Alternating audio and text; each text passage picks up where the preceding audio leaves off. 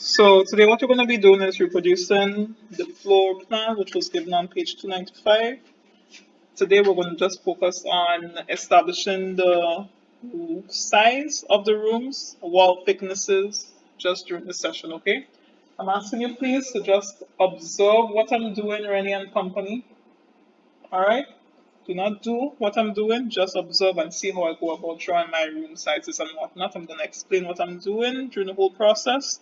I'm going to state what commands I use in specific areas and other things, okay? Who's the person clicking? Thank you, Daniel. I'll be mindful of recording this and I'm putting this on YouTube just as it is, huh? So if all you hear all your name on it. So, okay. So based on what I've taught you all before, what's the first thing you do before you start the drawing? You change the units. Alright, so you type in units. You should leave the decimal, precision, 0, millimeters, and you click OK. Alright? Now, if you take time and look at the drawing on your phones, which will send to the group chat, you'll realize that there are room sizes, there are also some external dimensions given to the size of the house as well. So let me explain this, okay? So within the rooms, you're going to see, let's, for example, washroom, 1,800 by 3,600, all right? Kitchen is 3,000 by 3,600, dining room, living room, bathroom, bedroom, porch, etc. All right? Excuse me. Now, the thing is, what we have to do, there are two ways we can do this. We can do this by following the sizes of the rooms, or we can use the external dimensions which are given on the lines on the outside of the building. So at the top section of the building, you see that the total size is how much? 13,800, whereas on the right side, the total length is how much? 9,000. Alright? So I think I might do two ways just to show you all. So the first thing I'm going to do is draw two lines. The first one being how much again? 800. Alright. Again, when you draw your line, you may realize that the line looks a bit small. All you have to do is just zoom in. Okay. And the second one is how much? 9,000. That's 9,000? Okay. Alright. Okay. So, excuse me?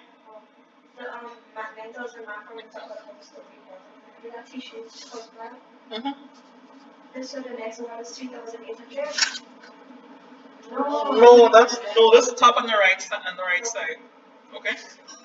All right. Now, within this particular flow plan, you see double lines being represented as for the wall thickness, right? Now, in this case, when we're drawing on AutoCAD, we have to include that same wall thickness. Now, if you look at the specifications on the right-hand side, you're going to realize the wall thickness is how much? 100 millimeters thick hollow clay blocks. Okay. In some cases, they may say external walls are 150, internal are 100, or everything is 150. You always have to read your specifications to know what they're asking for within the floor plan. All right. So if you look at what I'm doing here, what I'm going to do is I'm going to offset 100 at the top and go down. I'm not going to worry about that right side as yet. What I'm going to do is, first of all, establish all the sizes of my rooms going downwards, and then you're going to see how I'm going to go across afterwards. All right. Now, if you look at the rooms at the top section of the T, you'd realize all of them have one particular length from the top going down. What dimension is that? What length is it? 3,000? 3,600. So that way you know that all the rooms, that's the washroom, kitchen, dining room, bath, well not bath, for the bath area with the corridor, and the bedroom, from the top section of the inner part of the wall going down is 3,600. So how much do you think we have to offset? How much do you have to offset? 3,600. Okay.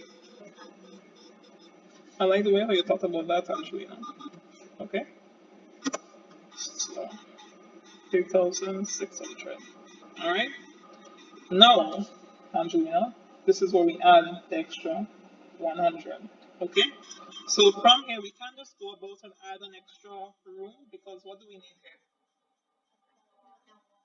Wall thickness. All right. What is our wall thickness? 100. And from there, go downwards. All right. You're not gonna go upwards because if you go upwards, you're gonna take away from the original size of the room. So you go downwards. Okay. All right. And from there, what's our next room? Hmm? The living room. What do you think the size from the top going downwards would be? 3,600. So we offset 3,600 from here downwards. And then what do we do then? Huh? Offset what? 100 for wall thickness. Alright. And then we have the porch area, which is 1,500. So we offset 1,500, enter, from here downwards, and you'll see it actually lines up with what we have here. Okay. Now we will not add wall thickness to that now because it's a porch area. Even though based on what I'm seeing the lines look a bit thick, yeah, there's a double line there, but those are railings. Okay. We don't have to. We can apply it to the floor plan, but for now we're going to just keep it as a single line just to establish the area. All right. Understood? All right. So let's create the room sizes now, but starting from the right side. Okay. So what's the first thing we do here? Offset, offset 100. That's the wall thickness. The room on that side is what? 3,000. So you offset 3,000.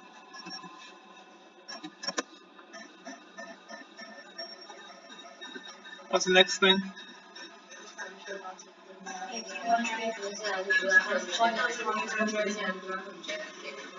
Okay, thank you. You have to do 100 again. That's the wall thickness. Sorry.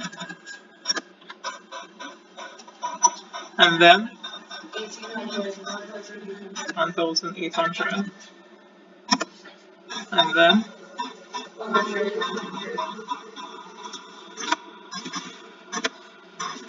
and then 3,600.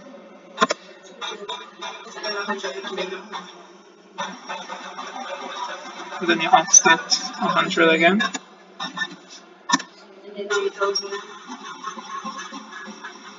You offset 3,000.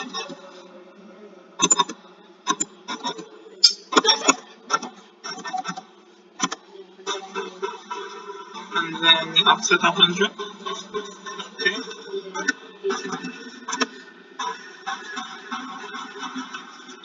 And then you offset 1,800. And then it should at least. Thanks. Okay. Now, in most cases, sometimes in the book or other drawings, you may realize that it doesn't really line up properly. In this case, this floor plan lined up properly, whereas in other floor plans, it may not. All right. Now, we'll talk about that later on when we do income dirt. Okay. So it doesn't look like the floor plan that we have here, but what do you think we have to do next? Not to erase, trim the unnecessary lines. Because if I was to erase the lines like this, you see, I remove everything. We don't want that. Alright? So we're going to trim the unnecessary lines. Oh yeah, I have to show you all these two things. I'll show you others, okay? So, trim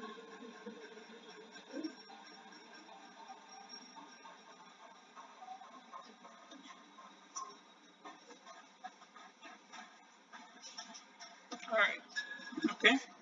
So seeing that we're here, let me just explain these two things for you one time, okay? Now, usually with your cursor, there are two spaces you can snap at.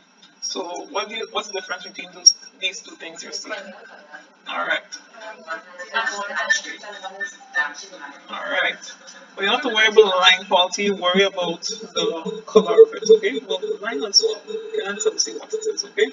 So, for example, if you're selecting something within the green space, so like, let's say I'm selecting this, it's going to select everything that it touches, alright? Whereas with the blue one, what do you think? What do you see just happened there? It selects all the components within it, alright? So with the blue space, anything that is within the boundary attached, that's what it's going to select. Within the green one, anything that touches the boundary, it's exactly. Alright? So in future, be mindful of how you select your items. If there's, let's say, just one little thing within the center you want to remove, so let's say I'm supposed to draw a line here. Let's just say I did that, okay? And I do this, it's going to select the line. Alright, I can just delete it. Whereas if I was to use a green space, you see it selects the entire line. Okay, we don't want that. Next time, just know which one to use within and which circumstance. Okay? The what?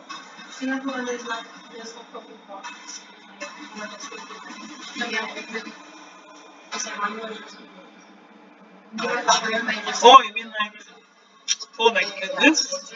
Oh, you have to press down on the mouse and just move it around.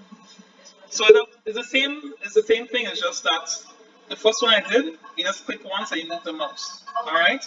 Whereas if you want to get the regular one, you hold down on the mouse button and you move it around. All right. Understood? All right. So I'm going to just remove these here. And just to do something quickly, you can either remove all the lines and use this as your floor plan, so trim all the lines in between, alright? Because usually when you're representing walls within a floor plan, you should not have these lines intersecting, okay? Or, you can do like me, what I usually do is, let me just create another layer, just to show difference. Change the color, I won't worry about the line.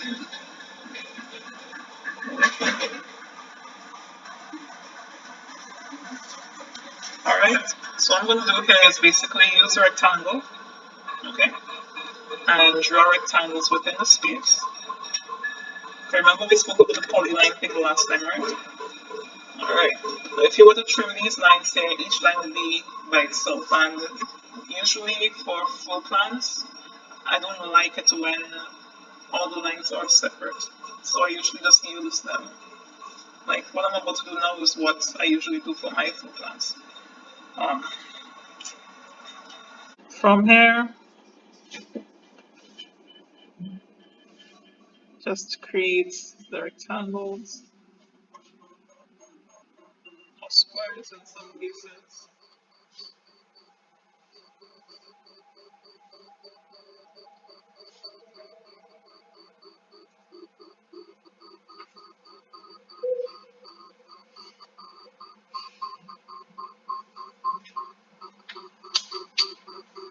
Looks easy, right? It is easy, by the way. Alright, no, I'm not going to worry about this down here because remember this is the porch area, okay? So as you saw, I drew rectangles and squares within the spaces for the sizes of the room. And then I'm going to use a polyline to just do the perimeter of the building.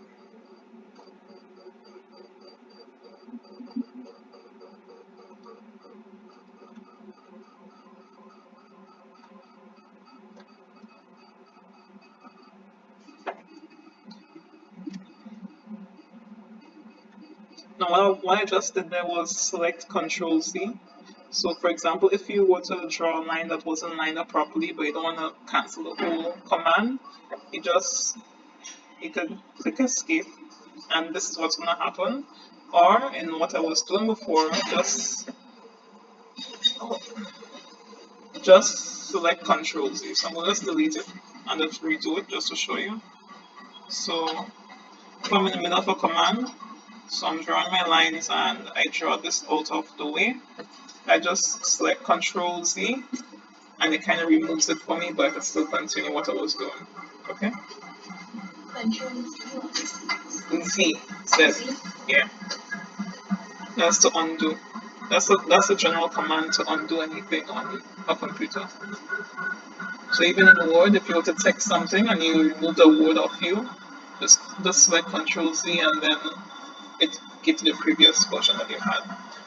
Now, if you're doing a closed shape and you see like how I have this last line to draw, instead of trying to find the edge, if I type in the letter C, can you see it there? And I click enter, it closes the object for me. Alright, now with that, I'm going to show you how to remove all the white lines while keeping the red line in place. Okay, you can do it two ways. You can select all of these one by one and move it across, or you can go towards this little slot here. Remember I spoke to you all about these three icons. This here is to turn on or off a layer. This here is to freeze or thaw a viewpoint, or this one here is to lock on or off a layer. In this case, if you don't want nothing to happen to a particular layer, you lock it. So if I lock the walls, it doesn't matter how much I try, I can't do anything with it. Okay? So I can basically delete all the white lines in there, and you see the red line remains. You start to select something, right? Alright. Or what I can do is lock, freeze, and turn it off. Alright? So if I freeze and turn off, so you know it's there, but you can't see it on the screen, but it's there. Alright? And the layer is turned off, so it means that all the lines that belong to the walls are turned off. So all I'm seeing here is the previous layer that I was using. Okay? You can delete everything that way and just go back at the top, turn on and unfreeze, and you can basically go ahead and make any changes to it if you need to. Okay? Now, as I said, this is my preferred way of doing a floor plan. There are many other ways you can come up with. Another way you can do it is to draw each room, so you know each room has a size, as you can see here. Okay, look at the floor plan. Each room has a size. You can do them in rectangles and then add thickness to it afterwards. Alright? I personally think that's longer. I think this is the shorter way. But if it just so happens that you're not comfortable with this particular method and you found another way of, or you want to try another way of doing it, you can feel free to do so as well. Alright? There isn't one standard way of doing a particular floor plan. The outcome is that you should have a flow plan that is readable at the end. Alright? Doesn't matter about the process or what methods, because there are plenty of methods of actually going about creating a flow plan. Alright? Now there's one more thing we're missing though. Okay? Now, which one what do you think we're missing here? Thank you. Alright? So if you look at the right hand corner next to the bedroom, we have a bathroom. The size of the bathroom is 1,800 by 2,400. Alright? If you realize within the space we have a polyline. Alright? Now, previously, before we created those squares, we could have made that room and then draw the rectangle in between. But apparently I forgot to do that. So what you can do is explode the block and offset the lines as they are. Okay? So as you can see, this here is a polyline. Okay? Explode is within the modify panel, usually represented by this kind of cube that looks like if it's detached on all surfaces. Okay? So it's this little icon right here. Can you all see it? Alright. So if you, as you can see, this is just a shape. It's full as itself. If I was to move it, you would see that everything moves. Alright? If I was to explode it now, you can select the item and click explode, or you can click explode and it'll ask you to select the object. Alright? Once you do that, then you right click on your mouse. Remember, not left click, right click on your mouse, and then each line is individual. You all see? All right. Now explode does that for any item that's together. So in future, if you were to take out a toilet, all right, you'll realize that it's a block. A block is basically one number. It's similar to like the doors and the windows that you've been using last class. Okay. If you can do the same thing, select a door, explode it. Once you explode it, all the members are by itself. All right. So in this case, what do we have to do for the background? Offset. All right. Offset 2,400 millimeters from the top downwards. What else? Offset 100 from this line here. Go down. All right. And from there, we trim the lines.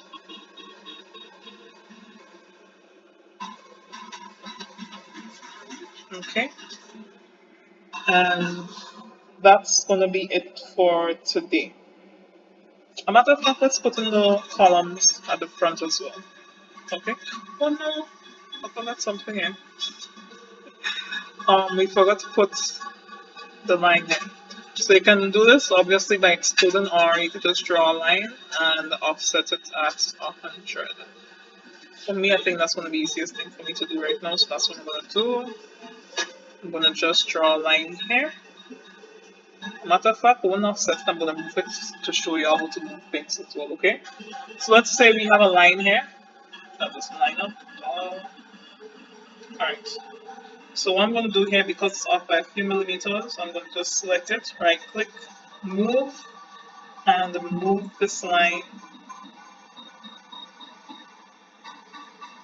to the top.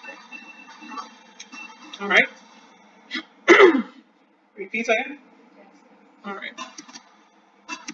So what I just did here, now again, based on the snap cursor options, you can actually select items based on their tangents or the perpendicular placement. Alright, so what I just did there was I select a line, okay, I right click on my mouse. If you right click, you also get some modification options. I move. Because I don't know where exactly my point is here to bring it up and I don't want it to move out of place, I'm going to just not like click, but just pass my cursor at this point where I see it snap green and move down slowly.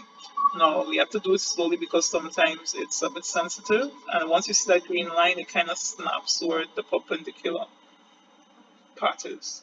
Alright? Now you left click on your mouse and you bring it upwards, and then it should be in place. Alright? I'm just checking the edges to make sure that it touches. Alright? And what I'm going to show you now is how to move it without having to offset. Okay? So just like before, select the line, right click, move. Okay? I select the point and it's that same green dash line. Alright. I'm going to make sure it's perpendicular. I see it kind of dashed green.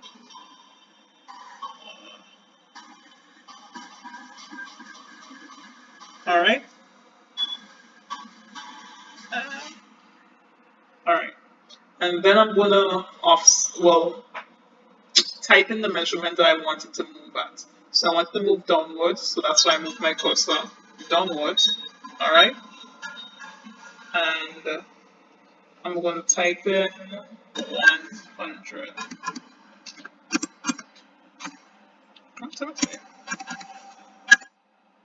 And when I type 100, it moves it 100 downwards for me. You'll see? Alright. Now I know it's a lot to take in. With time, you're gonna actually get to understand the whole process of AutoCAD. Let's put in the columns. So at the bottom, you're gonna see total squares, okay? Now those two little squares represent columns within a building, alright? Now columns are basically poles that reinforce the structure. So if you look inside this room, we have how many columns? 1, 2, 3, 6 in total. Alright, so those things there are columns. What's in front of the TV room? Those are columns. Okay? There are also columns in the foundation, but that's if you're using a pad foundation. We'll get to that later on. Just remember, once it's past the ground, or once it's erected like that, it's called a column. Alright? Now, the size of our column is how much? 200 by 200. Alright? You can go about that by offsetting your lines, but obviously it's going to just cause too much intersections, or you can just create a rectangle, specify corner. I never really draw a rectangle like this. Okay, so let's try 200, enter, use the other one, just try it. You could paste on the wall. So specify the corner, area, dimension, rotation, dimensions. So 200 by 200. Okay. So let's, again, I haven't done everything on AutoCAD. Usually I'll just draw a polyline and just call it judge. But because of you, I'm going to just try different methods so y'all could see which one you feel comfortable using, okay? So I click rectangle and I specify my point where I want to draw it at. And if you look within the command bar, you're going to see they ask to specify the corner point by area, dimension, or rotation. In this case, I'm going to choose dimension because I just want to enter the dimensions on both sides. If you know the area of your rectangle, then you can just type in the area. But first, you have to either click A, you see where it has a blue highlighted. Now, usually in commands like this, when you see you have the blue highlighted area on the words, that's a letter you have to press now to go to the next command. Okay? So in this case, I'm going to do mine based on dimension. Okay? So if you look, I'm going to type in D. Alright? Click enter. And then it asks me to specify the length of the rectangle. In this case, I'm going to put in 200 again. And then ask for specify the width of the rectangle. I'm going to put 200 again. And then it draws it in for me. Click enter.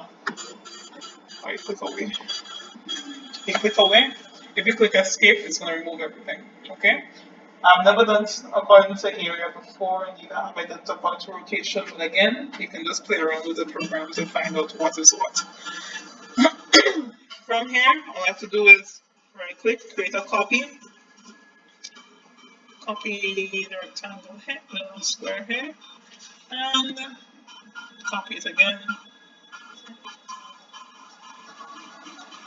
Copy selection and bring it across on the other side. So there's no need to actually draw it twice. All you have to do is just copy and move. Again, be mindful when you're snapping your stuff. Always try to look for the edge and line it up with the edge, please. Okay? And that's going to be it for today. As I said, I'm going to try my best to put this online. Okay? I'm going to just post a full version for y'all and send y'all the link. I don't expect y'all to share that with anybody unless you want people to know that I'm mentioning y'all in class. Okay? But usually when I send links for y'all is because, especially when it comes to AutoCAD drawings like these, is for personal use. Okay? Understood, ladies? Most likely I'm going to try to do a condensed version later on if I get time to edit the video. But for now, this is what it is. Alright, so when is our next class? Alright. Who doesn't have a laptop at home? Alright. So for those of you who don't have a laptop at home, I would ask you please to try to find time during the course of the week to get this done because Friday we're moving on. Okay. Okay? Yes. You already you have media account, right? Okay. I'll show you this now. So yeah, so someone ready? Because normal laptop you have to obviously. I'm gonna show you how to download it in a while. So back to what I was saying, you'll have to find time to do it before Friday, okay? So during your free period, lunchtime, not after school, because I wouldn't be here after school, and neither do I think Miss Peters would. So you can at least get the key and use one of the laptops to do your drawing, okay? From there, for those of you who are doing it at home, you'll have to send the file to your email address. I'll prefer if you send to your email address or save it on a flash drive. Rather than save it on a flash drive, it's easier to access it that way. Okay? Always remember to save your work as a DWG file and not the BAK, which is a backup file. Don't send the BAK. Always remember to send a DWG file to yourself. Okay? So,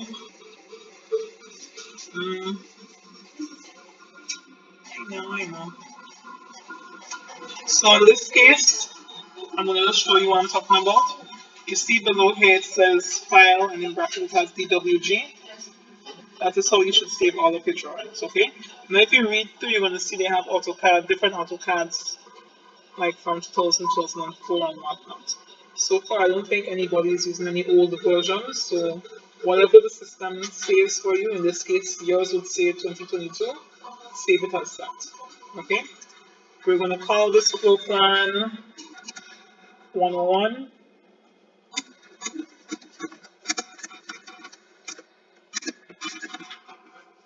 and then you're going to attach your name towards the end, okay? Alright, ladies?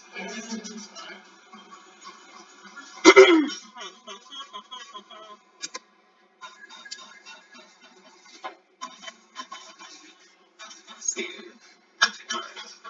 Now, just to show you what I'm talking about as well.